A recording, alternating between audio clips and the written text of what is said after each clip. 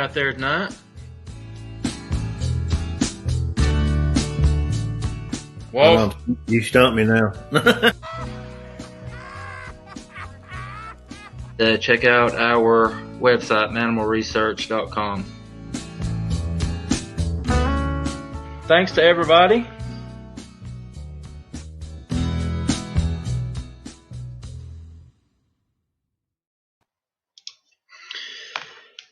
Hey guys, before we get started tonight, I've got something to talk about. As you notice, it's just me again tonight, and it's not because Walls is working. We had something happen, and need everybody's attention. If you don't mind, real quick, before the conversations get going and everything, guys, just listen to me, because I started to not even come on tonight. But I figured this might be a good way to kind of get the word out. But Walls called me yesterday and wanted to go up to one of our hot spots. And, it was getting later in the evening. I had to be up at 5 o'clock in the morning for work. I told him, no, I couldn't. No, I was too tired. And, get with me this weekend and we'll go up there. But Walls being Walls, he can't take no for an answer. So he went up there by himself. And I asked him, I almost begged him, man, don't go by yourself. That place gives us the creeps, man. It's creepy up there. Don't go by yourself. We'll go this weekend. Walls being Walls, he went.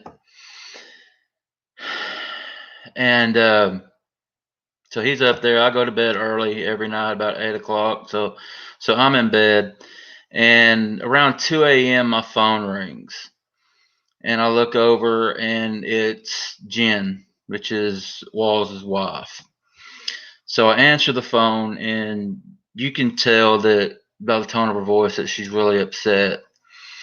And she asked me if Walls was with me. No, I haven't seen him. I talked to him earlier, but I haven't seen him. Says she can't get a hold of him. She hasn't seen. He hasn't been in. That's not like him at all. And she was really worried. So I got worried too. I jumped up, threw some clothes on, and I went out. The spot's about 30 minutes from my house. I ran up there. It seemed like it took forever to get there, but once I did, his car was there in our regular spot, and I just had this sick feeling come over me, like something was wrong, like something's not right. I pulled up as close to his car as I could, and his dome light was on, and the driver's side door was ajar. It wasn't all the way open; it was just ajar. And you guys are gonna have to forgive me. I haven't slept at all since last night. I look pretty tired. But anyway, I didn't even want to get out of the car, but I made myself. I got my pistol and I got out of the car, and I just kept thinking, what if he had a heart attack and he slumped over in this car and he needs help, So I got out and I walked over to the car, and he wasn't there, and that freaked me out even more. So I jumped in my car and I flew out of there. It takes about 10 minutes to get out back to the main road, and I think I did it in 5. I flew out there, and there's a little abandoned gas station at the end of the road where you can finally get cell service, and I called the police. And I explained to them what happened, explained to the dispatcher what happened. She had an officer come down and to talk to me and everything. I'm sorry, guys. I'm still a little shaken up. So the police officer came down, and not long, he was only there a couple minutes before another one pulls up, and I'm talking to him, and he acts like he doesn't really believe me. He asked me, why is he out here by himself this late at night? Is he suicidal? And I said, no, it's nothing like that at all. And that's when I had to tell him what we do, that we do Bigfoot research, and that he was out there, just looking around. And I think he kind of thought it was a joke, but he followed me out there. Him and the other officer ended up following me out there. And we got there. His car was in the same spot. Policemen got out and they got their flashlights out and they're looking around the area. And I mean, I don't know what to do. I'm sitting in the car. And from where the car was, like at the driver's side door, it had been raining all day and it was super muddy, and there was a lot of like slide marks at the door, or it looked like there was a struggle or something around the driver's side door, and that got their attention. They are actually the ones that pointed that out to me, and they got the flashlights they were looking at, and one of them gets on the radio and calls for more people to come in, and before I knew it, there was 20 or 30 people out there all looking around. And as of right now, Walls is a missing person. So, I don't know. I mean, there's nothing anybody can really do. I was told not to go back out there, told to stay home and just see if I can get a hold of him through the phone or whatever. But it's not looking good, guys. And there is one other thing. Today's date. What is today's date? April Fools.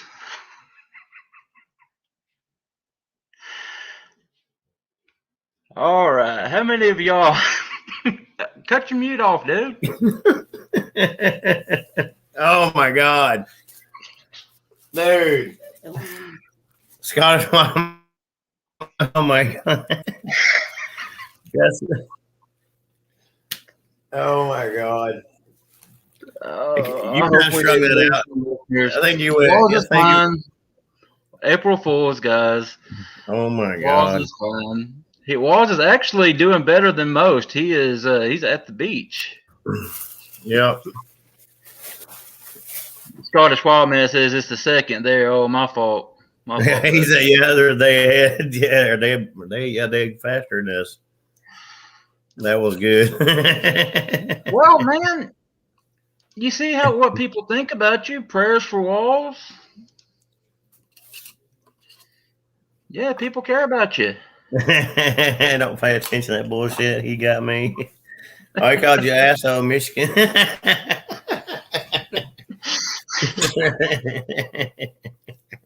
Not funny. Sorry, Detroit Daniel. We know you're laughing, Detroit Daniel. Oh, we're gonna LOF you. You stretched that out, man. I was laying there like these people are gonna go nuts. I think I did pretty good. How'd I do? That was convincing to me. I was like, what the heck, man? All right, you're in Top Island. What's going on down there, man? Nothing. Not a Bigfoot. Nothing. Everything shutting down there. Everything closed down early. Pretty much. Beach. The water is back. I can't explain what the water is doing. The ocean's way past the pier. It's weird, man. It seems like it's almost like a Jumanji, or it's coming through, fixing to sucked in through here. It's crazy. Oh, a what? A Jumanji? That's a movie, dude. Your story's got me. Look, I think you're a man in an Oscar. Your eyes were glossy. Yep.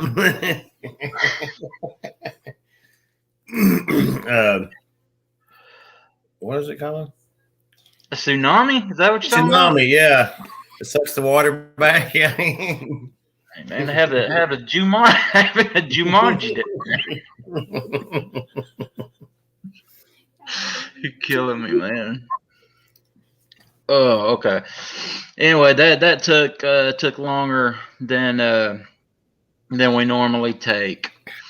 Guys, hit that subscribe button if you have not done so. Hit the subscribe. If If you have done so, tell your friends, family. Yeah, we appreciate the support, guys. Really do. Check out manimalresearch.com. Submit your encounters over there. Get some information about joining the group, getting out doing your own research. Check us out over there, guys. We are also on Facebook, and let's be honest, who is not on Facebook? So since you're there, join our group. We'd like to have you. Tonight we have a very interesting guest tonight. I'm really excited about our guest tonight. So guys, feel free to ask him some questions. But if you do, please put those questions in all caps so that we can see them and get to you. Seems like every show somebody talks about their question being missed, and I'm sorry about that. It's never deliberate, never done on purpose. The walls is just a little slow sometimes. That's his one job, and he does it forgettably. What? Are you even listening? I'm trying to read all his comments. Whatever. Yeah, you got any questions for our guest tonight? Put them in all caps, guys. Please. Also, Mannimal Encounters at yahoo.com. I've been a little relaxed on putting new episodes out. I do have several encounters that I'm going to get shared with you guys in the very near future. So that is coming. But if you guys have any encounters that you would like read on our Mannimal Encounters segment, please send those over to mannimalencountersat at yahoo.com. We sure would appreciate it, guys. What's our comments? What's everybody talk about? Dare, I'm surprised he didn't try to call my phone. He said that this was not funny. Who said that? Daryl. Kirk's face hurts from laughing. It was worth it then. Yeah, no, screw her. And Neil one said big Jaspers are good with barbecue sauce. Probably is. thought he got dragged into the forest to be a Sasquatch girlfriend. Patrick, yeah, you're ahead right now, buddy. That was good. The Bigfoot I heard.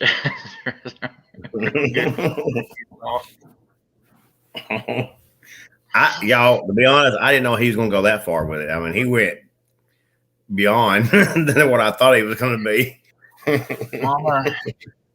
Mama taught me, God rest her soul, if something's worth doing, it's worth doing right. Right. So, all right. Well, tonight, let's talk about tonight's guest. Like I said, I'm really excited to have Anthony on. Anthony we got to find out if he's still a zoologist or if he no longer is, but his title was zoologist. He also hosts a podcast called Challenge the Unknown. So we're going to let him talk to you guys about that, how to find it. A really cool guy. Really glad to have him. He will tell you guys how to find his podcast, and he's got some really cool stuff to talk about tonight. To kind of share some of the things that he's encountered while doing this, and he's got a couple of very interesting pictures that I think you guys are going to like. They certainly got my attention. But if you're ready, we will bring Anthony on. Yeah, he's not a missing person. He's backstage. He's right here. Anthony, what's up, buddy?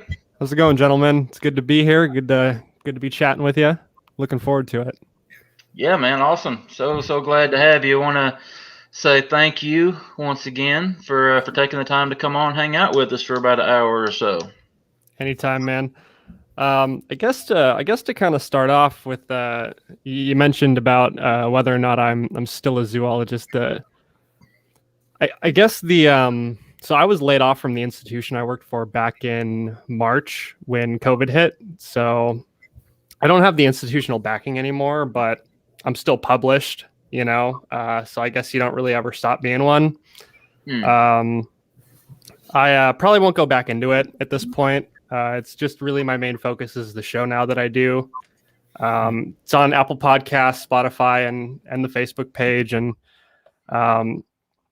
it's a lot of fun, and seeing you guys do what you do. It's cool to be here, and I love the cryptid communities. I've been really involved with them for probably over a decade now. Back when I was a teenager, me and this buddy of mine were really, really into like all the alien stuff and the Bigfoot, and we'd go on the old forums and stuff back from like the early 2010s and stuff like that, and kind of stay up late and look through the forums and see all the pictures that were, most of them were probably hoaxes, and but we still had fun with them back then. And really, honestly, I lost interest in it for probably about a decade. Me and that guy, we kind of lost touch after high school, and got involved with the wild animal field, and worked my way up into accredited institutions, and stayed there for. I know you guys are up in Tennessee, and I actually worked up there briefly on a project, but did it for about 6 years, if I'm remembering correctly. And like I said, that was my main focus for a long time. I really didn't touch the UFO world or the cryptid world for a long, long time, until a guy that I worked with, just out of the blue one day, he was about two tiers higher than me from like the structural standpoint. And he made a comment about how, he was a big believer in Sasquatch. And, that kind of reignited that fire. And I was like, what are you talking about? Give me a little more. And we started listening to this podcast called Sasquatch Chronicles. I'm sure everybody's familiar with it. And we would listen to that when we would work together.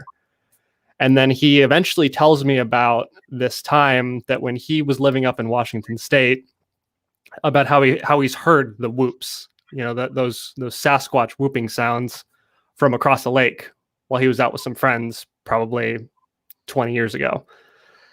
And that really got my attention. And, I hadn't put much thought into Bigfoot as a, physical entity for a long time, since I was a teenager. And it was just never on my radar for a long time. And I started to really think about the possibility.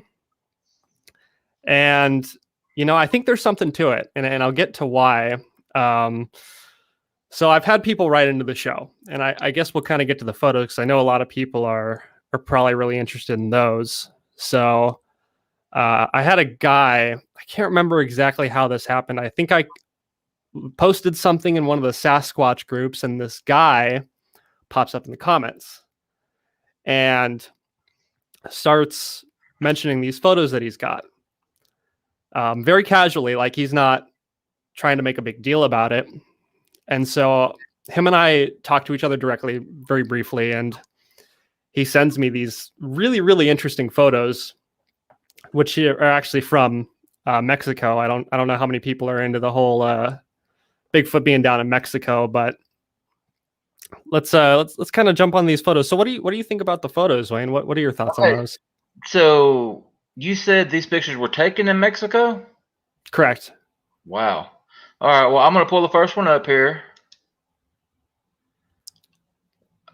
That's interesting. You definitely have the shape of something.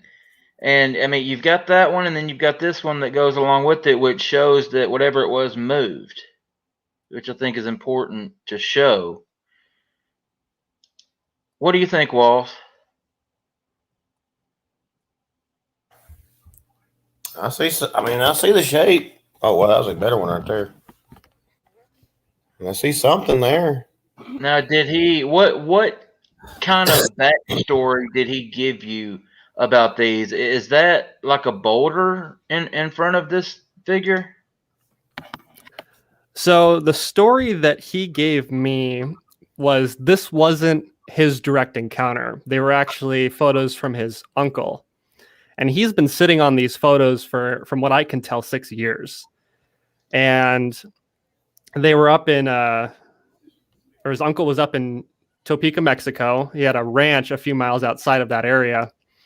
And that's where they saw this thing and got those photographs. And that's about as much backstory as I could get out of him from it, was that. And, you know, it's just a really interesting photo. And what really grabbed my attention was it's not in your face crazy. You know, it's kind of just, it's interesting to look at, which kind of makes me lean towards there's probably something to it.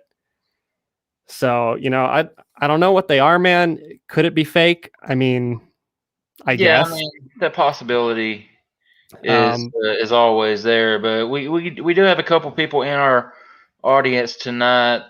Patrick Vaughn, let me know what you think about these pictures, and also Daryl. Patrick and Daryl are two guys in this field. I mean, everybody knows how I feel about Daryl. He's one of my better friends. And Patrick, I trust, you know, with everything in this community. Patrick has helped me out a lot with some pictures, guys. I'm interested to see what y'all think about them, and I'm gonna pull them. I'm gonna throw them up here a couple more times because I mean they're intriguing. Send them to me, Wayne. Okay. I'll try to work on the picture thing. Okay, so you didn't get much of a backstory. That's what you're saying, Anthony? Yeah, outside of the location, like the general location, and that's where the photographs were taken, I couldn't get much more out of it. You know, it was secondhand. So unfortunately, that's what we got to go with. Okay. Now, the gentleman that sent them to you, you said that didn't go along with his encounter. What type of encounters was he having out there in Mexico? So with this individual, like I said, it was secondhand, very short conversation. He didn't specify a history of encounters.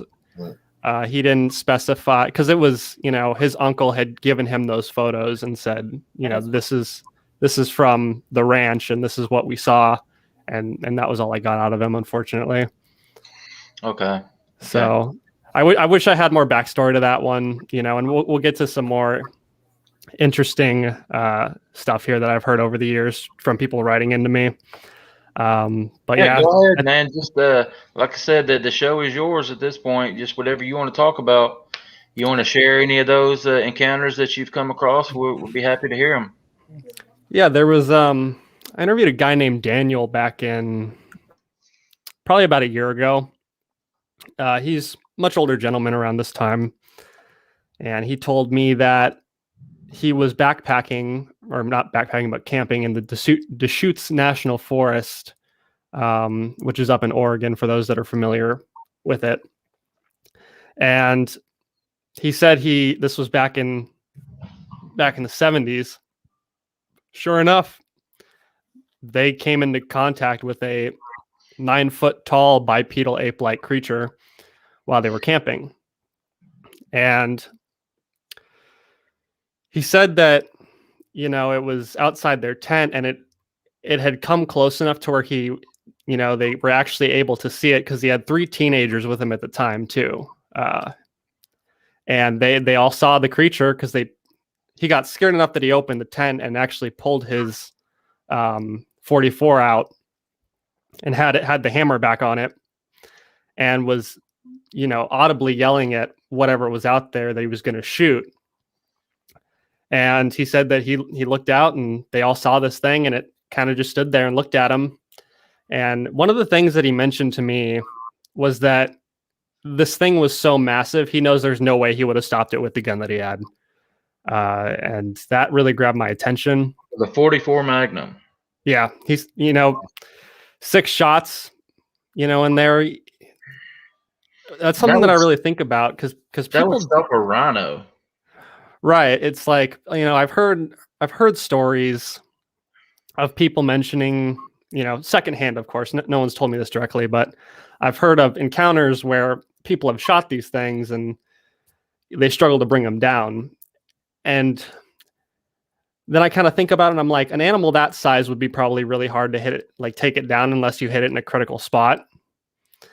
And I guess I kind of want to go to the whole possibility of, can these things exist from a scientific perspective, which is really where my expertise comes in. So are you guys familiar with the 5500 principle? Have you heard that term before? No, I'm not familiar with it.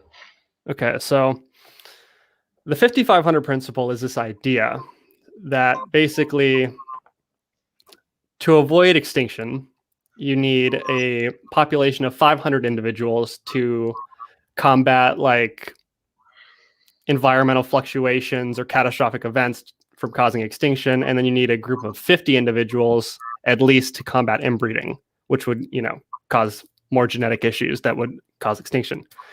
Yeah. Now, I've heard on a lot of the TV shows that, like, I think it was Finding Bigfoot, don't quote me on that, that there needs to be, several thousand of these creatures out there.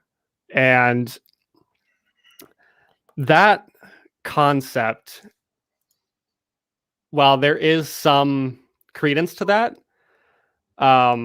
that's riding solely on the idea that the species is super vulnerable to the, environmental fluctuations and stuff like that.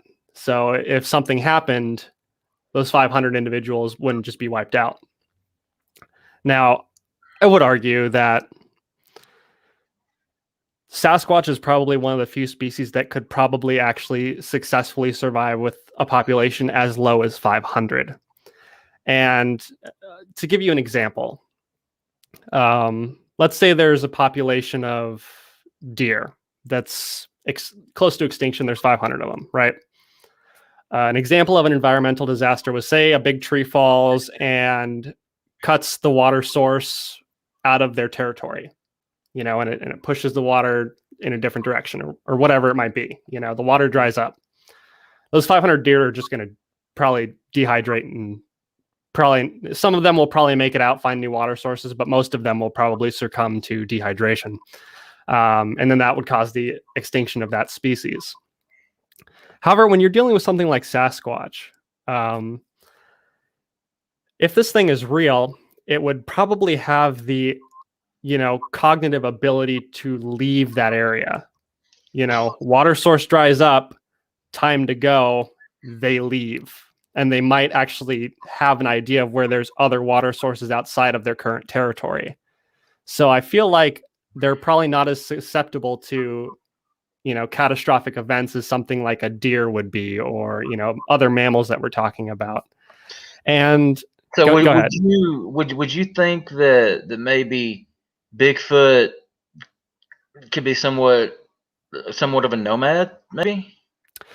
That's actually what I was just about to lead into, is my whole opinion on the Sasquatch thing. And I know there's a lot of different theories out there, and I actually welcome a lot of the different theories out there, because the reality at the end of the day is we don't know what this thing is. Unfortunately until we have a body, we're just not going to know. Right. But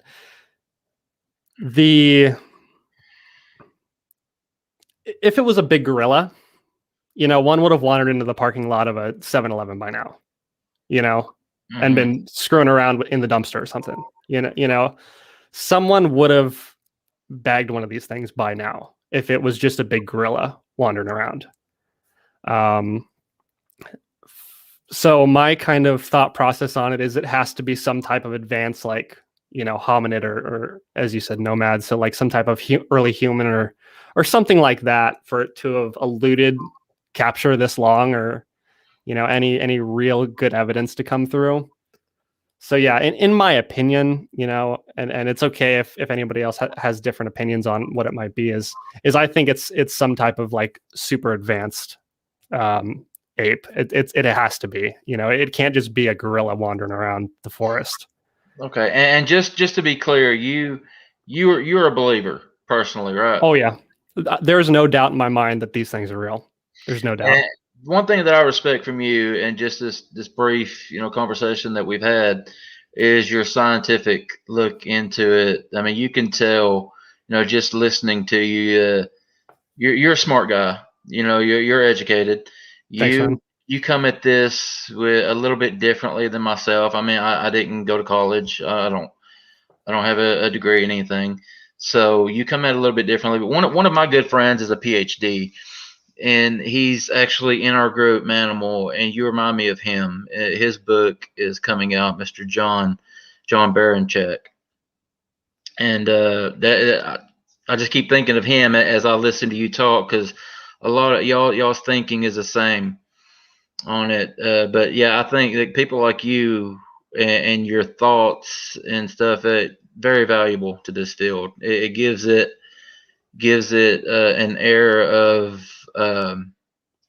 seriousness. People, it takes us, it forces people to take us more serious, if that makes sense. Yeah, man, that's the whole thing, man. Is I think a lot of people push the whole cryptozoology world like off to the side way too quick, man. And I get it. I've been in the groups for a long time. I've been on the forums a decade ago when everything was first hitting the internet. Like, I get it. There's a lot of fakes out there, and then there's a lot of people that are just a little bit too out there with it. And I get why the scientific community is very hands off. Like, we're not going to listen to this. We're not going to, and then, other, like the general average day Joe, only knows about the guy talking about lizard people in the government and is like, yeah, I'm not going to listen to that. So I understand why people are turned off by it. But that doesn't mean that it's all nonsense. I've just hearing, like I said, when my buddy that I used to work with mentioned that he's heard the whoops, he's like, no, they're out there. He's like, I've heard the whoops, there's something going on that really made me stop and be like, well, maybe there is something to this. Who was this individual that heard the whoops? He was, I think he's still at the institution, so I won't say his name, but he was a smart guy. Yeah, educated. Very, very educated. He knows the wildlife in Washington, and so how the structure works in the field that I worked in is there was level 1, which is what I was, level 2, and then senior, which was what he was. And he was very intelligent, and he used to get a lot of flack for it, and we worked in a lab together, so I put up a big I want to believe UFO poster in there, and we got a lot of flack for that. But I guess I kind of want to lead into the whole concept of why we're going to need to have like a full-bodied specimen before absolutely go ahead science is like ready to accept these things. So I've had publications, my name's in publications. I've written my own publication, being the main author on it, and the one that I authored was about a toad, and I'll kind of get into this, so I'll make this real brief. There's a toad that I found in Arizona that had a weird genetic thing going on, and this was a wild animal, but normally these toads are like a dark olive green, but whatever genetic thing it had going on, it turned its skin like a gold color. Like, it was solid, like high yellow gold. So I collected the animal. We got, high resolution pictures of it. I had the institution's backing. I spent months writing this paper about it, and it was a natural history note, which was the type of publication that I wrote. So, I take it, like every other sentence that I write, I have to cite. It's like, this animal is normally an olive green color. Cite this scientific publication from 30 years ago, and it goes on through the entire writing. And this thing was only a short write. And then what happens from there is it goes through peer review. So you select a journal that you want to publish it, which is going to be a different big institution that has a bunch of PhDs and scientists and such. And so they'll take your thing, they'll read through it, they'll proofread it, they'll check your sites, and then basically the institution will say, yeah, we'll publish it. This is good. And then they'll publish it in their quarterly journal or annual journal, whatever it might be. So with something like that, like a toad that is already an identified species, for me, with an institution's backing, to go through the process and get good photos of it. I'm right here with the camera. I've got multiple angles of it. With a Sasquatch publication, it's going to be a lot more difficult, because you would have to have an institution's backing, probably. It would have to be some type of like scheduled expedition. It can't just be like a photo like I had. It would have to be a scheduled expedition with monumental amounts of evidence, with close-up pictures of this thing. And even then, I doubt that a journal would stake their reputation on it. It's such a touchy subject because of what we touched on before about how people just don't want to listen to it. People have this bad visual of the crypto world. So I think that we're going to have a full-bodied specimen before it can even move forward. I just don't think any big institution or journal will stake their reputation to publish anything outside of a straight up full specimen. They can do autopsies on it. They can study it and all that kind. And it wouldn't just be one publication either. That would stem out into probably like 30, just, researching it, what it is, DNA, its inner workings, how it works, how big it is, like it would become a huge deal. Yeah. I was going to ask you what it would take to get the backing of a large university to actually put funding in to a real scientific expedition, whether it be 6 months or a year, having a team of people that know what they're doing out living in the wild for up to 6 months around these things, to get to try to definitively prove. And I've wondered what it would take to have someone put up that kind of backing. And you're saying you don't think that that's going to happen? Yeah, man, it's a tough one. Like, when it comes to grants and stuff, like there was a species that I used to work with during my time. They were a type of lizard. They're called the human fringe-toed lizards. You can only find them here in Arizona. They're these little yellow things with like stripes on their back. I'm not sure if you're familiar, but there's the sand dunes out in Arizona. A lot of people go dirt biking out there with their quads. Up in Yuma, that's the only place you can find these lizards in the world. Wow. They know pretty much nothing about them. And we know they exist. We had some in the lab. And, Fish and Wildlife in Arizona was going to do a study on them and send professors out there to collect them, figure out how they're breeding and all this kind of stuff. And they lost the funding. The funding got pulled. And that was for an animal that we knew existed. So wow. For even, something as, out there as a Sasquatch, to get funding from it, it would have to be private. Like the Skinwalker Ranch situation, it would have to be like some billionaire comes in and says, here's X amount of money, send out the team, send them out there for 6 months. Here's the money, go. That's the only way that it would happen. And then that's still a gamble, because of how rare these things probably are. Realistically, there's probably only, 500 to 1,000 of them in my, rough guesstimate. I have no backing on that because I don't have any, we just don't know.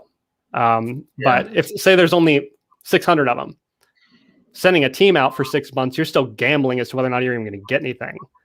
So, it's a tough one, man. Until I think the only way that it would really happen, there might be some studies that go out, a bunch of big funding expeditions. They probably won't turn up anything, in my opinion. They might get a whoop or something, but even then, that's not enough. So what I think will happen for Sasquatch, is my prediction, is that probably a hunter with dumb luck will accidentally bag one.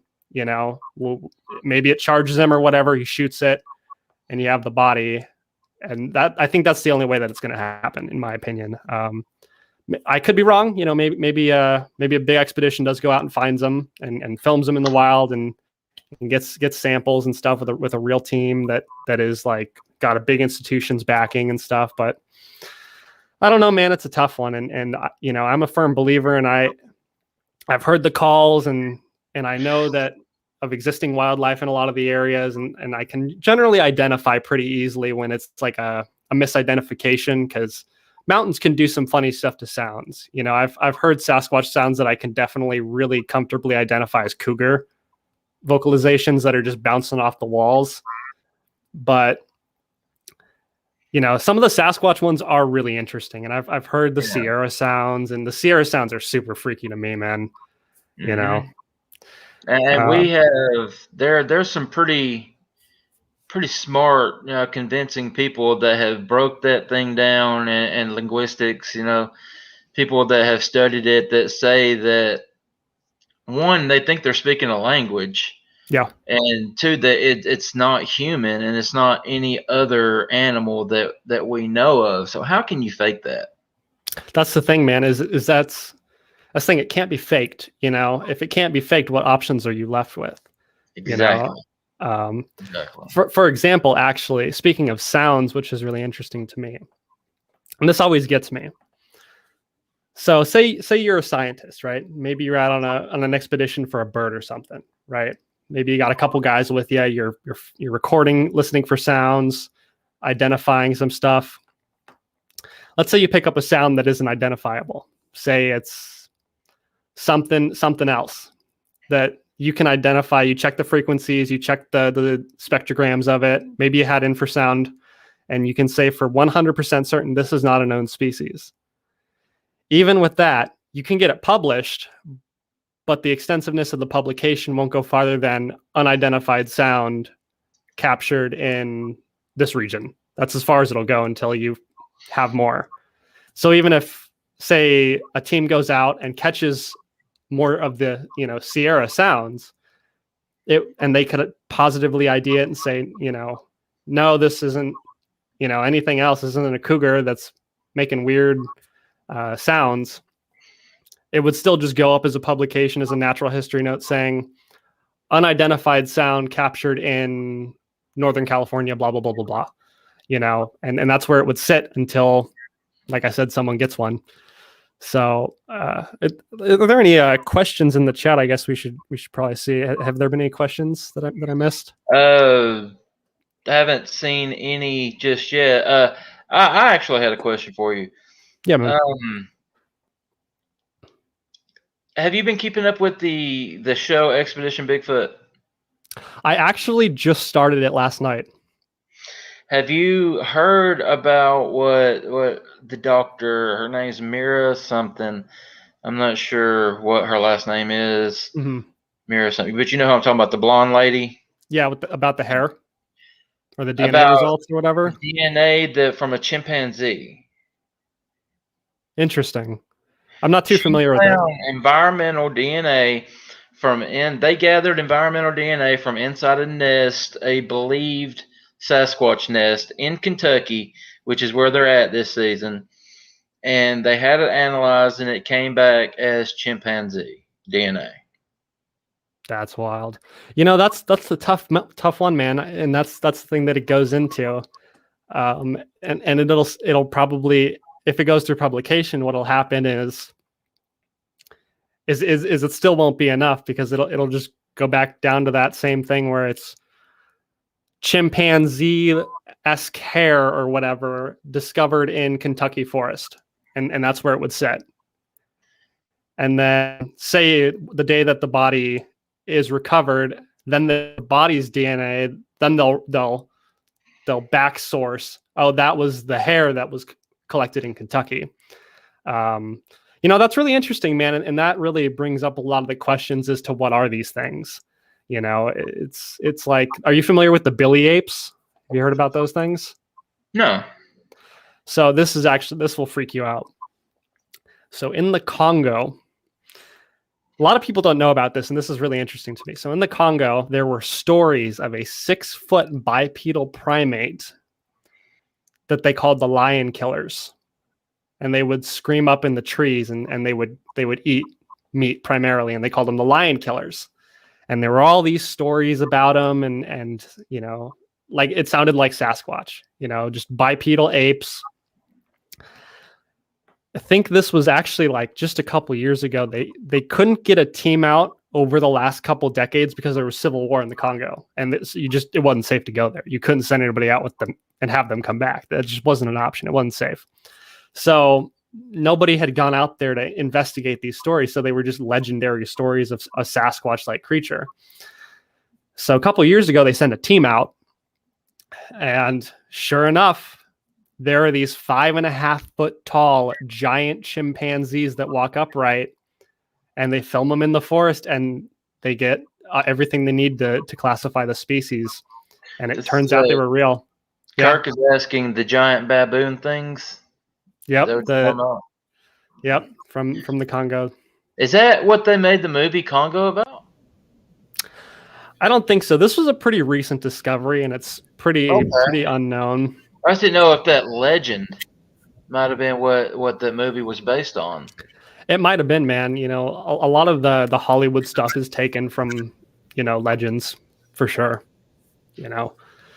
It's and it's interesting. I guess I want to ask you guys a question. Do you guys think that there are different, I guess, localities of Sasquatch? I wouldn't call them subspecies of each other. I would definitely call them localities where it's the same animal, but they have different physiological or characteristic traits in these different regions throughout the U.S. Would you think that's a thing? You want to take that one first, Walls? I think you got an opinion on it. I think Walls is lagging a little bit. Yeah, he is. Yeah, man, the different types, that in my opinion, it's been widely accepted in the Sasquatch community that there are different types. And my thing is, man, we already don't know enough about these things to be talking about all these different types. I mean, people say you got a type 1 will do this, a type 2 looks like this, a type 3, they're the aggressive one. And I'm just speaking in generalities, I don't know for sure. But my thing is, out in the Pacific Northwest, they're said to have an appearance more like Patty, from the Patterson-Gimlin film. Mm-hmm. And from what I hear down here in the South, where we're at, in Tennessee, they are a little bit smaller, like they're not as tall, and they're more aggressive. And what would lead to that? And would that mean that they're different types? And you go on down into Florida, and you talk about the skunk ape, and people say they don't even look like the same thing that are up here. Yeah, man, I can actually touch on that pretty well here. So there was actually so a locality is interesting. It's an interesting topic that not a lot of people know about. So when there's a species, for example, there's actually a perfect example of this. So the speckled rattlesnakes from Arizona, they actually go into a couple different regions. You can actually find them up in California, but there's different localities of them. And even alone in Arizona, the species has been, there's variations depending on where you go. So if you go to San Jacinto's, California, the rattlesnakes are orange. If you go to Yuma, Arizona, they're white, like a high white color with little black speckles on the back of them. If you go down to Papago Park, Arizona, they're red, like a brick red. And then if you go to the South Mountain Preserve out in Arizona, they're like a gray color with like a blue hue to them. And so, that kind of thing tends to happen when these populations adapt to the different environments. And it doesn't take long to do that. You'd be surprised with how quickly that can happen. So with Sasquatch, if there's, 500 of them, in the southeastern regions down by Florida with the skunk ape and such like that, you could potentially have a locality that looks a little bit different, has some different characteristics. But if you go north, like up towards Canada and stuff, you could absolutely have just something that looks entirely different.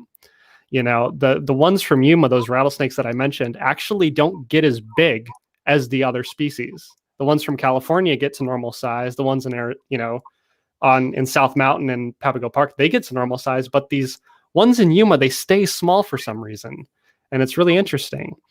So they're trying to actually reclassify that one as like a different species, but whatever. Depends on what scientist you talk to. You know how it is. But yeah, no, I absolutely believe that could be a thing, and I hear a lot of people chop that up to, and I think I've heard this on Finding Bigfoot when I think Cliff, or no, it's Matt Moneymaker that I've heard say this, is he'll say whenever interviewing people, well, that's not what they look like. I remember there was a scene with that where, there was a characteristic of described by a witness that he's like, well, that doesn't match everything else. And just because that's true doesn't mean that it's not. That man might have just witnessed a different locality of Sasquatch, and so that's kind of where I go with that, and I've seen the Mayaka, I think it is, skunk ape photos from like 10 years ago. Those things they might be fake, they might be not. Is that the one that kind of looks like a baboon? Yeah, like a big orangutan, orange colored thing, and it's like peeking out from behind the palm fronds or whatever. Yeah, and I don't know if that one's real or not, but it's a really freaky, interesting photo in my opinion. But that's a big variation, so that one's a little bit harder for me to believe because that's so different. But at the same time, it could happen. It could be that the skunk apes just look miles different than the ones from up north. Yeah, and I've caught all kind of flack on this show from, a lot. My thought when I first started hearing about Dogman, my initial thought was a Dogman was just a misidentified Bigfoot. Maybe it's one of these different types of Bigfoot that people talk about, but I get that shot down all the time. No, Dogman is completely different. It's a completely different animal altogether. Is that something you talk about on your show? Do you ever talk about any of that, Dogman? Yeah, Dogman's an interesting topic. From a scientific perspective, that one's a little bit harder for me to kind of wrap my head around because it's so different. Yeah. It doesn't mean it doesn't exist. And on my show, I touch on a lot. Like I say, I do like a lot of it. I don't focus Sasquatch on my show. If I get a really good story, I'll have somebody on. I think I've only ever done like 2 episodes, but I focus on a lot of the alien stuff and the Dogman and Jersey Devil, that kind of stuff. I have a little bit more of the out there kind of style stuff where there might be more going on. Like in terms of the Dogman, is that a biological creature? I don't know. It's we kind of get into that territory of is this something else? And I don't want to go all like off the walls here, but it's interesting. It's definitely interesting. Is it just misidentifications? Maybe. I don't know. It's fun to talk to witnesses. It's fun to say what if, but at the end of the day, I don't know. When I talk about a Sasquatch, I can say with all my heart, I 100% believe. With my knowledge, they can 100% exist as far as I'm concerned. They could absolutely stay hidden too, with as big as this area is, and especially with this intelligence that we think there is. And there's too many witnesses, man. Yeah. Not everybody's lying. Right. Not everybody's lying, and not everybody's thinking it's a bear. When you talk to a hunter that's been in the woods for 40 years and he's like, yeah, I know what bear looked like. And he's like, this thing was 8 feet tall. That's not a bear. That's so insulting to him, you know it? Right. We got a question here from you, from Mr. Kirk. To Stackhouse, what do you think about large populations of Bigfoot living in big caves underground and such? This is really a loaded question, man. What's your opinion on it? Well, so the whole cave system theory. Let me think about that for a second. That's a theory I've heard before, and I've actually even talked about it on my show. I'm pretty sure. Kind of formulate an opinion on that real quick. He clarifies big cave systems. That's what he's talking about. Yeah. Do I think that there could be large populations of them? Well, that depends on your definition of large. Yeah. Could there be a few thousand, like 3,000 of them? Absolutely. I've heard Well, stories let's from. let's narrow it down a little bit. Do you think that cave systems would be an ideal place for them to hang out, for them to live in? Well, if they're as intelligent as I think they are, I think they could absolutely be utilizing them to some degree. Whether it's temporary for shelter, they would have to venture out of them eventually, and that might be why people will see them. For them to be venturing out to hunt deer, stuff like that, gather. But I absolutely believe that they could absolutely be utilizing these cave systems for shelter, stuff like that. Do I think that there's 100,000 of these things living in like super deep caves? I don't think so. Yeah. I think that there could be more than I think. There could be 3,000 plus out there, and they could be utilizing caves to seek shelter, and that could be part of what's keeping them hidden so well, and that's why we're not finding them as easily as we think we should be able to. So yeah, I think that there could absolutely be something to the cave theory there. But as for like 100,000 of them hiding in caves and solely living in the caves, I don't think so. I thought for a long time that caves would be a really good place for Bigfoot to hang out and hide and live. That's why we don't see him that much. And then I had someone that is pretty respected in the Bigfoot community just absolutely shoot it down and say no, there's nothing to support that they live in caves. And if you think about it, as elusive as these things are and how well versed they are at hiding and staying hidden, why would they corner themselves in a cave? And that was his thinking, which kind of makes sense. I guess that's true too, but at the same time, you think about how big the U.S. is. There's the odds of somebody walking up onto a cave that happens to house a Sasquatch is probably slim to none. Yeah. So And have you seen the picture going around? I saw it on Facebook a few times. It's like an overlay of the cave systems in the United States, and then in comparison to all of the missing 411 cases. I have seen that. It's interesting. It's very interesting, isn't it? The missing 411 stuff, man, that really freaks me out. It does. There's something there, man. It's so creepy. I've been following David Pilates for a while. Actually, the same guy that got me back into Sasquatch tipped me off to the missing 411 also. He goes, have you heard of the missing 411? And he's like, just Google David Pilates and find like a podcast where he's on it. And I'm like, all right. And then I saw the documentary and then I, started listening to all of his stuff, man. It's crazy, man. And, some people say that Sasquatch is responsible for the disappearances.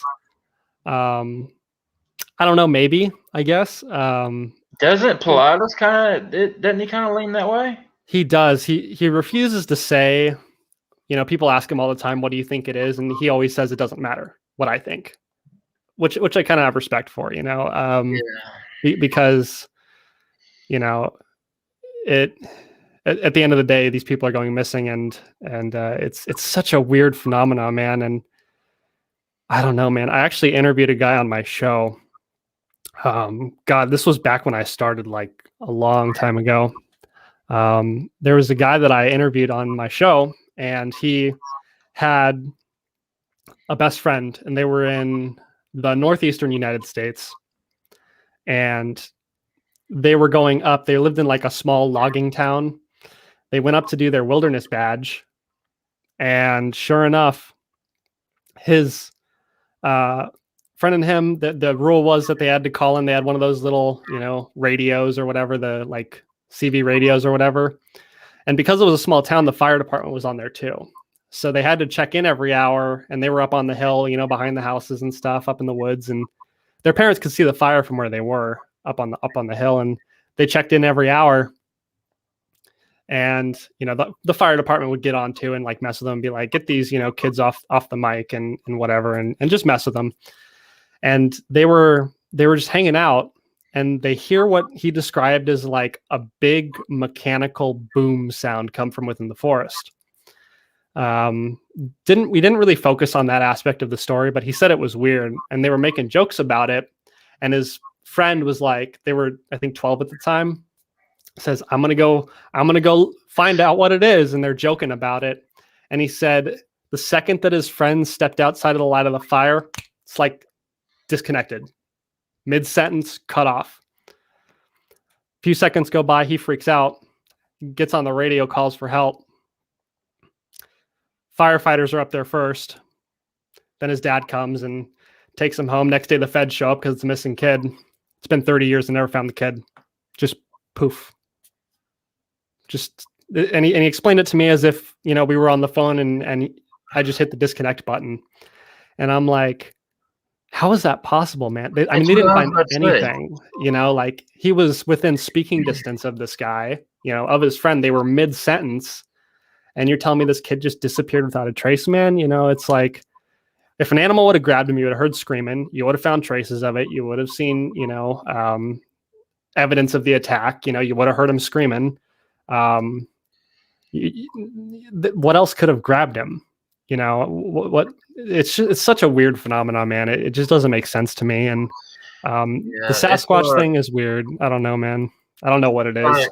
The case of that little boy up in the Smoky Mountains back in the 60s, and I've referenced this kid so many times on our program here, and I can't remember his name. It's Martin, something like that. But Pilatus did a show or looked into that, and it's similar to what you were just talking about, man. His little 8-year-old boy was out with his family, and they're out in this field with nothing. They're playing hide and go seek. The little boy jumps under a bush and never comes out. They never find him. His dad, his grandpa, and his brother and another little kid that they were playing with were all right there. And it's crazy, man. And in the Missing 411 The Hunted documentary, did you see that documentary? Yeah. Do you remember the like, they called it, I think, the cloaking creature or whatever at the end of it, where they talked about the like invisible kind of looking thing, the shimmering, yeah, the shimmer, yeah. I actually had a guy I was talking to recently said he's seen it, and I'm like, from a scientific perspective, what could that possibly be?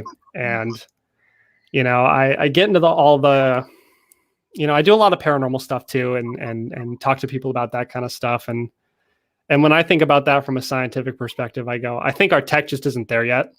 I think that there's something to the multiverse theory and a lot of those kind of topics. I really do think there's something there. That stuff is definitely above my cognitive thinking. I love listening to physicists talk about that kind of possibility, and I'm just like, it's out of my mind. I'm like, I can't comprehend that, but apparently there is something to that from a scientific perspective, is that is apparently actually possible.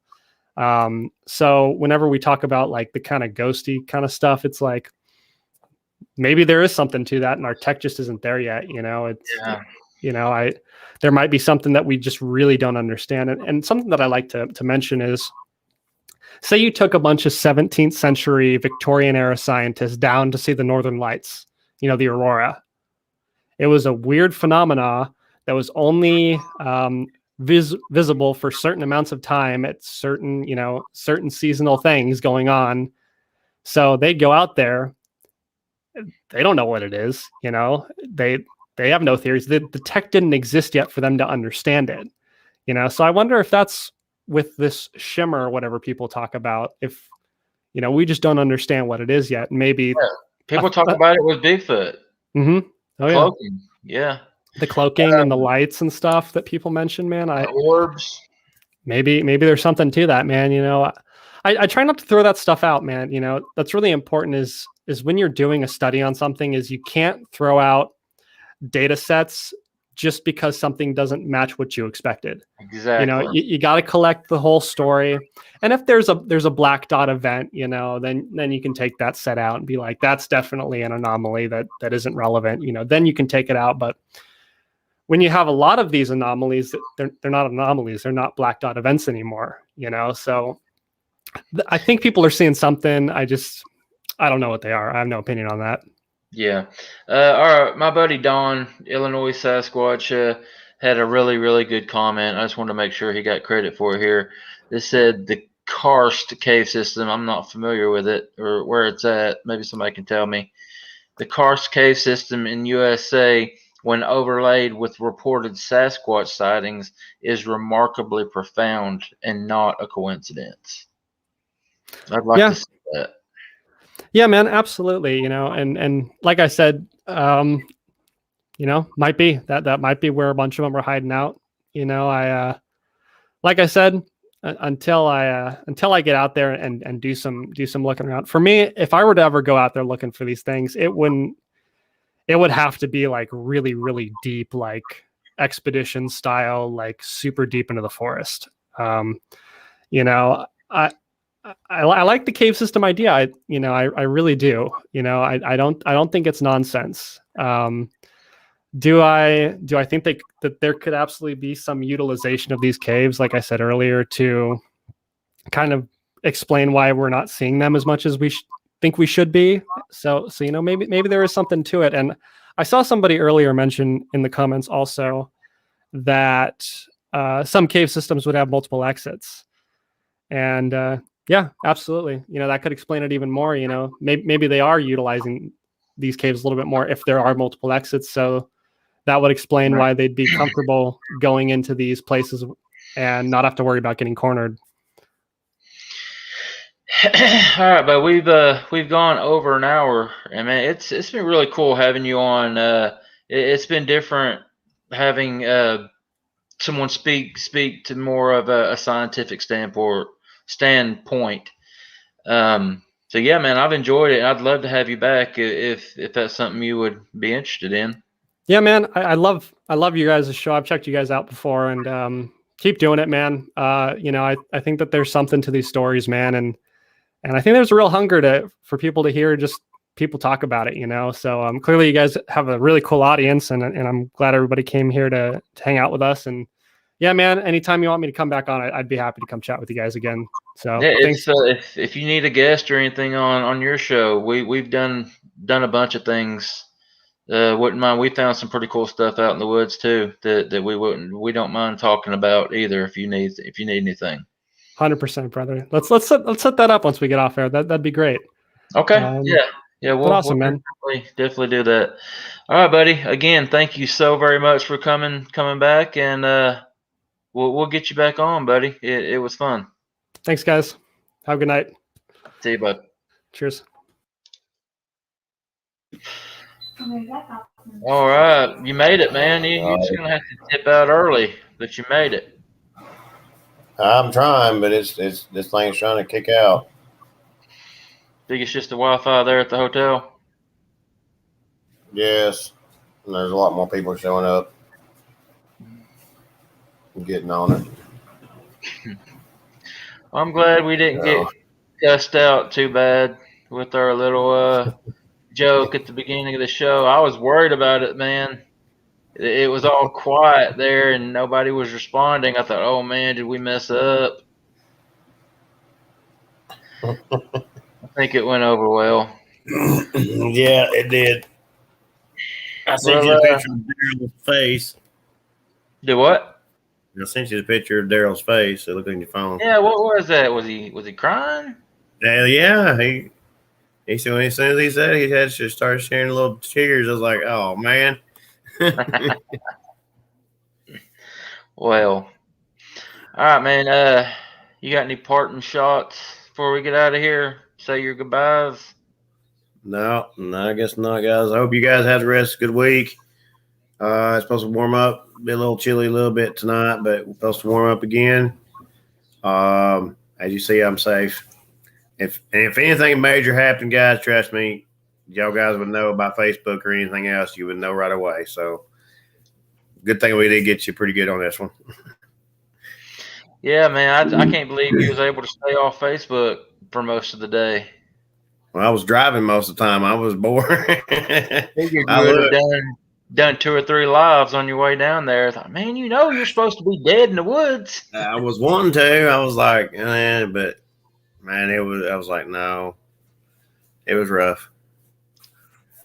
You're getting some good feedback about Anthony. Yeah, great show, very interesting, nice young guest. The other one said it was a good guest. Yeah. Glad you came, young man. Glad you did too. Anthony's a smart guy. We're gonna have to have him back. Us big dummies over here. He can bring some smarts to the program where we can't. And happy Easter, everybody. Hope everybody has a good Easter too. Oh yeah, thanks for mentioning that. Yeah. Good Friday.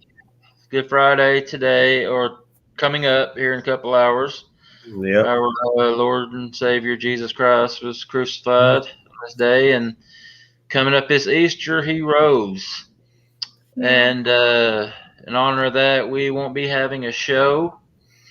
We'll be taking this Sunday off in recognition of Easter. Bad. So, just let you guys know that. Give thanks, all praise to the man upstairs. None of this would be possible if it was not for him. If you're not into it, sorry, I am. I'm very public about my faith and my relationship with Jesus Christ. All right, buddy, you ready to get out of here? Yeah, man, go get these girls something to eat. They're hungry. Give me something to eat, Maybe man. I'll find a Sasquatch out here to sing, maybe. I gotta go eat lunch with Jordan real quick when I get off here. She takes lunch at 10:45, man. It kills me. All right, man. Let's get out of here. Well, I'm glad you're not dead. all right. You guys. Guys, y'all be good to each other. Take care of each other. And we will see you next time. Be good, guys.